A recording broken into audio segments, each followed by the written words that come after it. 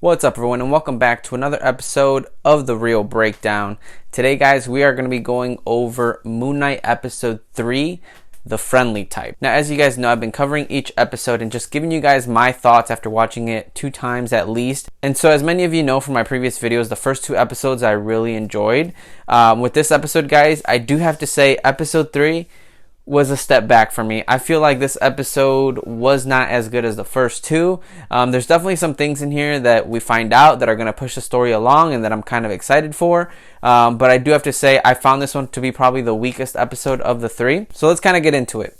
Some of the things that I really enjoyed about this episode are that Layla is still an amazing character. The more she is on screen, the more I'm liking her. She's giving real emotion. She's doing a great job acting, and I just think that she's a great addition to the show. And every time she's on screen, I'm excited to see her.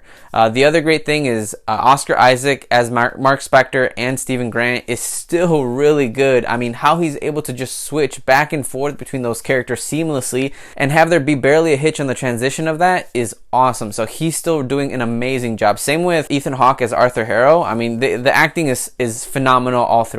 In this episode, they further the Egyptian mythology a little bit more, and I have to say one of my favorite things about it is this whole like Egyptian god meeting at the temple. They're inside the pyramid, and that whole scene, that whole mythology, how all that worked, how they all have their avatars, I thought was really cool. The fact that Khonshu, kind of has a friendship or an old flame with one of the other gods, I thought was really awesome. So I do like them furthering the mythology in that aspect. And I liked how we also got to see some more of Moon Knight's powers and some of Khonshu's powers when they start shaping the sky towards the end of the episode. So that I thought was really cool. So I like that they furthered the mythology of some of these Egyptian gods, but that kind of leads into some of my negatives here in a little bit. And the last thing that I thought was really cool about this episode was that they basically confirmed that yes, there is a third identity potentially for Mark Spector and Stephen Grant.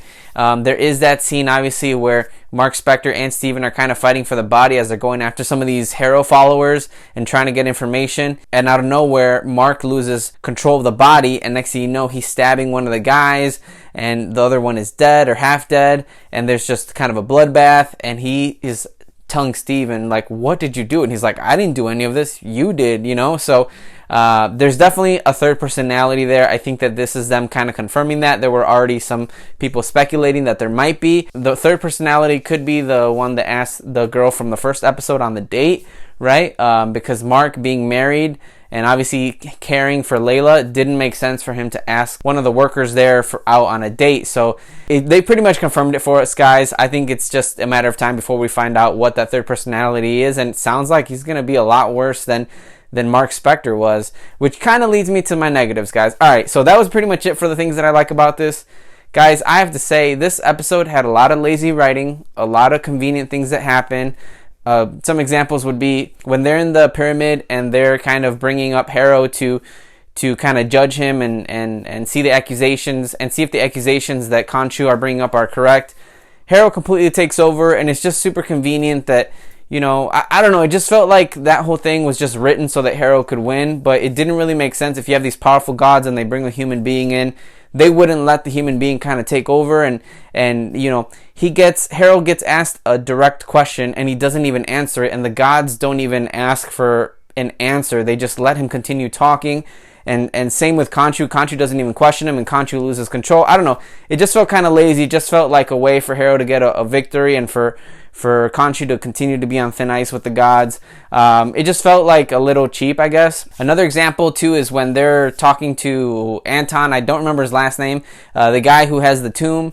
Everything just felt super convenient where, like, Harrow shows up right on time, right when, before they're about to kind of take care of Mark and Layla and take him out, so it seems. And then he just like starts listening to this guy who he's never met, but then doesn't trust Layla, and he even says some cheesy line like, you want to talk about trust right now? Like, I don't know, guys. It all felt kind of sped up, and that's the thing with some of these Marvel shows, especially with like shows like Hawkeye and some of the other ones, where because they're only 6 episodes, sometimes I feel like they speed through a bunch of stuff, and it kind of becomes like lazy writing in the sense of like, well, we need this to happen to further the story because we only got so much time left, so let's just make it happen. And it's just super convenient, and sometimes that ruins the experience for me, especially as a person who very much prioritizes storytelling and character development.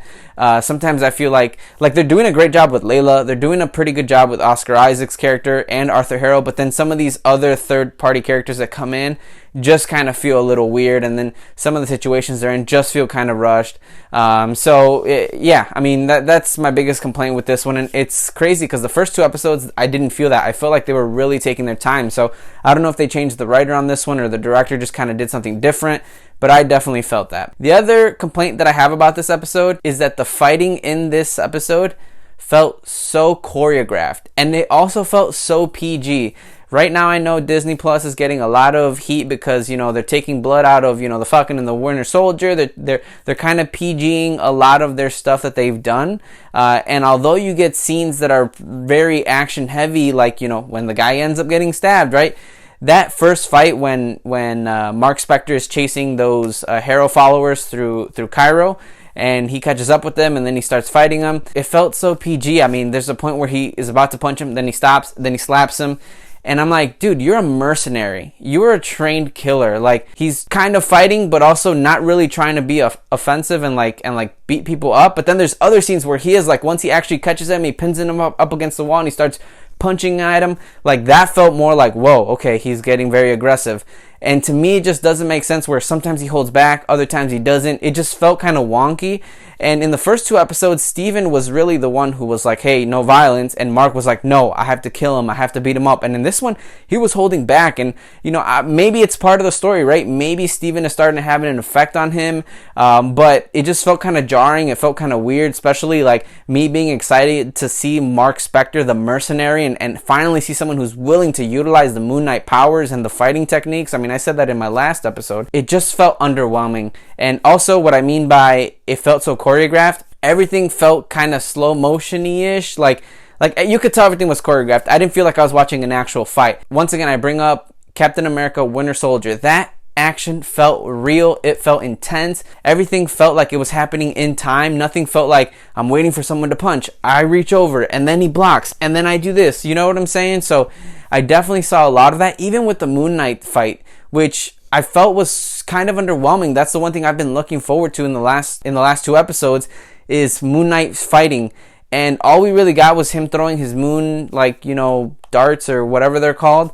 I want to see Moon Knight actually fight, and I want him to have a fighting style. You know, I want to be like, that's how Moon Knight fights. Just how Black Panther has his fighting style.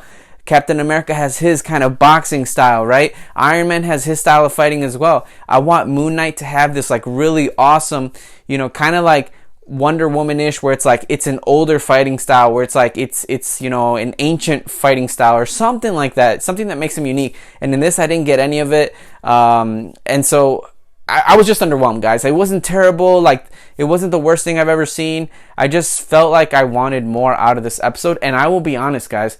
Watching this episode, both the first and the second time, I was kind of like looking at the time and just being like, okay, like, whoa. It felt kind of slow. Like, I wasn't bored, but I wasn't as invested as I was the first 2 episodes. And I'm not sure if that was just because of the directing of this episode, or if it's because, well, the whole mystery's kind of over. Steven and Mark, we know about that. That was the appealing thing of the first 2 episodes. I don't think it's that. I do still like seeing Khonshu, and I don't know, we're just coming off of such a high from the second episode that this third one felt very underwhelming. So, yeah, guys, that's where I'm at with it. Obviously, I'm still going to watch the next few episodes. Hopefully, the mystery picks up, the story picks up, and I just hope that the action and the fight choreography really just gets better, and that we also, I mean, what are they going to do now, right? Khonshu is, you know, in stone. We don't know if he has a suit or not.